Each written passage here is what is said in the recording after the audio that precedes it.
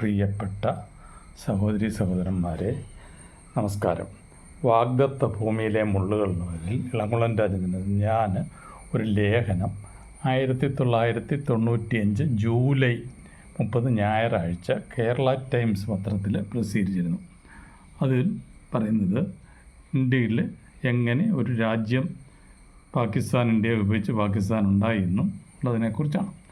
അതായത് സ്വാതന്ത്ര്യ സമരത്തിന് മുമ്പ് പീഡനങ്ങൾ ഏറ്റുവാങ്ങി ഇന്ത്യൻ ജനത ഒരുമിച്ച് നിന്ന് പടപൊരുതിയാൽ വിദേശാധിപത്യത്തിന് രക്ഷ നേടാം, അടിമത്തിന് രക്ഷ നേടാം എന്നുള്ള രീതിയിൽ നമ്മൾ സമരങ്ങൾ നടത്തുകയും സ്വാതന്ത്ര്യം കിട്ടും എന്നുള്ള വിദേശാധിപത്യം അവസാനിപ്പിക്കുന്നുള്ള ഒരു സമയം വന്നു കഴിഞ്ഞപ്പോൾ ഭിന്നിപ്പിച്ച് ഭരിക്കുക എന്നുള്ള പേരിൽ ഇന്ത്യയെ സമുദായത്തിൻ്റെയും ജാതിയുടെ അടിസ്ഥാനത്തിൽ ഭിന്നിപ്പിക്കുന്നവരുണ്ട്. ഹിന്ദുക്കളെയും മുസ്ലിങ്ങളെയും കൂടെ തമ്മിലടിപ്പിക്കാൻ ആൾക്കാരുണ്ടായി.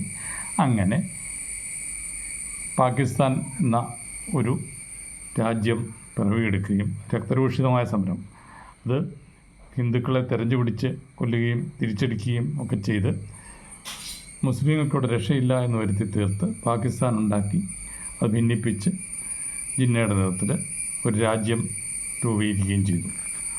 അങ്ങനെ രൂപീകരിച്ച രാജ്യത്ത് അന്ന് ഹിന്ദുക്കളെയെല്ലാം അടിച്ചോടിച്ചു. എന്നാൽ ഇന്ത്യ ആകട്ടെ ഭാരതം രൂപീകരിച്ച് നാട്ടുരാജാക്കന്മാർക്ക് ഇഷ്ടമുള്ള യൂണിയനിൽ ചേരാമെന്ന് തീരുമാനിക്കുകയും കാശ്മീർ ഉൾപ്പെടെയുള്ള ഇന്ത്യൻ യൂണിയനിൽ ലയിക്കാൻ തീരുമാനിക്കുകയും ചെയ്തിരിക്കുന്ന അവസരത്തിൽ അവർ കാശ്മീരിനൂടെ അവകാശം നിർണ്ണയിച്ച് അന്ന് തൊട്ട് മുസ്ലിങ്ങളുണ്ട് എന്നും പറഞ്ഞ് തർക്കമാവുകയും കുറേ ഭാഗം പിടിച്ചെടുക്കുകയും ചെയ്തു. അത് പാകിസ്ഥാൻ വിട്ടുകൊടുത്തിട്ട് പാക് അധിനിവേശ കാശ്മീർ എന്ന് പറഞ്ഞ് ഒരു രാജ്യം ഉണ്ടാക്കുകയും ചെയ്തു.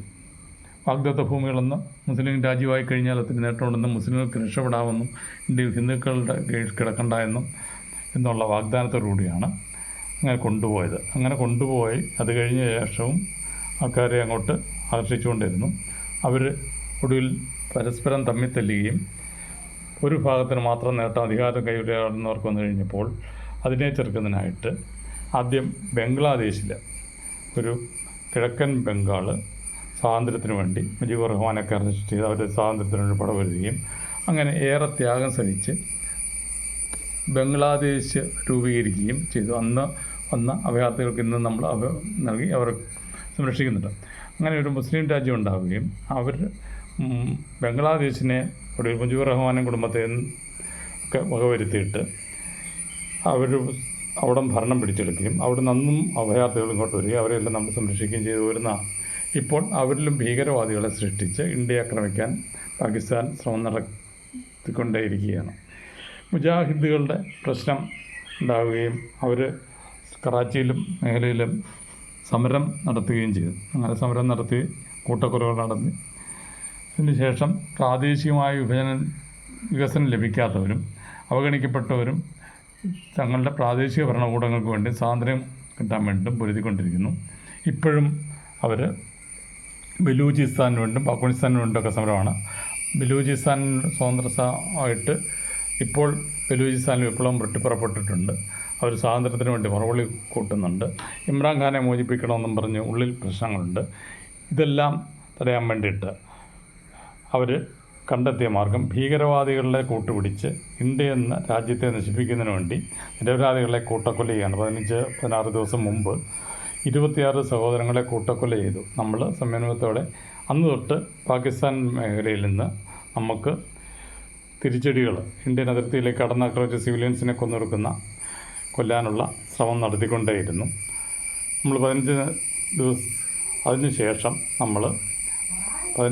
ശേഷമാണ് പാകിസ്ഥാനിലെ ഭീകരവാദികളുടെ താവളങ്ങൾ തിരഞ്ഞുപിടിച്ച് അവ നശിപ്പിക്കുകയും അവരെ അവിടുന്ന് ഒഴിവാക്കുകയും ചെയ്യാനുള്ള ശ്രമം നടത്തി.